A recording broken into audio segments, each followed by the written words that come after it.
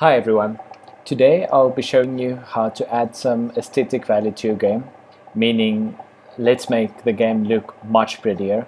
Let's make it look a bit more realistic and well, if you're trying to sell your game, making it look prettier will definitely be a great selling point.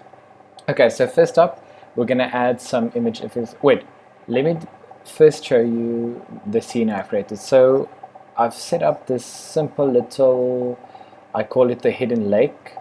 So just excuse the lag. Thank you. There we go.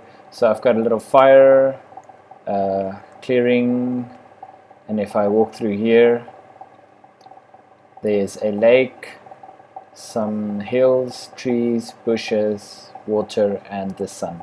Okay, so this looks pretty basic, and as you can see, this is literally just what it looks like after you've put all your assets into the scene. So yeah, this is as basic as it'll get. So first up, let's go and choose our directional light. Any scene should have a directional light if you've got a sun in your project. And then I'm going to add a 85mm lens. It's a lens flare to that directional light. Well, you will need to import some kind of lens flare asset package to your project, but I mean, you can find that on the asset store. It's really easy. So I'm just going to use this one, and then you need to be sure to go to your main camera and then just add a rendering flare layer. Okay, so if I go into my game now and I look at the sun, you'll see a very nice looking sun flare. Now immediately this sun flare adds some more life and some more realism and some more, I guess that's just, whoa, some beauty to our scene. Okay, so next up I'm going to go to my first person character, go to game view, and I think I'll just rotate this guy around like this so you can see the flare. Right, and then to my first person camera I will add a rendering sunshafts. So sunshafts are really cool, and just change this to your directional light. There we go. Resolution, I like the low resolution, it gives me a prettier effect. Also disable that, I usually use that. And then I'm just going to make these a bit more orange to amplify the sunset feeling that's already in my scene. I'm probably going to decrease this and also that. So you'll see now, if I play my game, that there will now be nice looking sunshafts. Whenever I go close to a tree or something, well, there should be. You'll see them somewhere over here. Yeah, there we go. Okay, so after you've done that, you can make it look much prettier by adding a tone mapping and color grading effect, and then simply select the color grading. Okay, so now you can start to play around with your camera. So I've got a sunset scene, and I'm going to try to increase the orange in my midtones a bit to further amplify that feeling, and then maybe just increase blues in my highlights. My shadows I'm also going to make a bit warmer, and then in the temperature shift you can make your scene either warmer or colder in terms of color. I'm going to make it a bit warmer. I'm going to leave the tint alone because that just goes to purple and green. Well, actually I'm going to make it a bit more pink. Use saturation. This is all just like it's in Photoshop or any other image editing program. So I'm just going to shift this until I get a bit more realistic feeling. Maybe increase the vibrance a bit, and then you can play around with the value to make it, well, contrast, increase that a bit to make your darker colors darker, lighter colors lighter. I'm going to leave the rest of this alone. And yes, that's it for the tone mapping and color grading.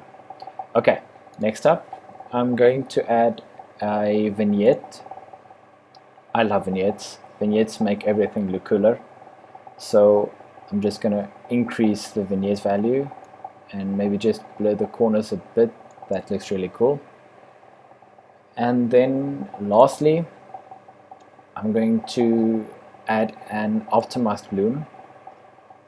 And okay, that's a bit much. Wow. Okay, so I'm just going to bring down the intensity and then bring down the threshold as well. Okay, so if I play my game now, you'll see that it looks much better than when I started out with this scene. It's pretty, it looks vibrant, it looks alive. It just looks really impressive actually. And you can see the sun shafts on the left and the right here. That looks really cool. And then lastly, I'm going to add some fog. So first I'll go here and I'll just turn on my fog, and I've selected a kind of a gold color. I guess I could make this a bit lighter, and that just adds to the sunset feeling of my scene. But I mean, you could use this for anything. Usually on a tropic island kind of scene, I would use a aqua blue fog to kind of emphasize the feeling of a tropical island.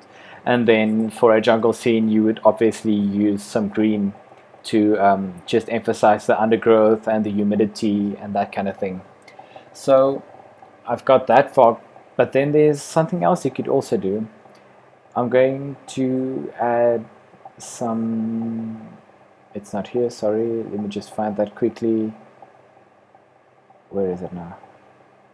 Yes, rendering, global fog. And then when you add global fog, it basically prevents your scene from just creating fog on the far edges of your scene. So if I turn this off, you'll see that the fog is only around here.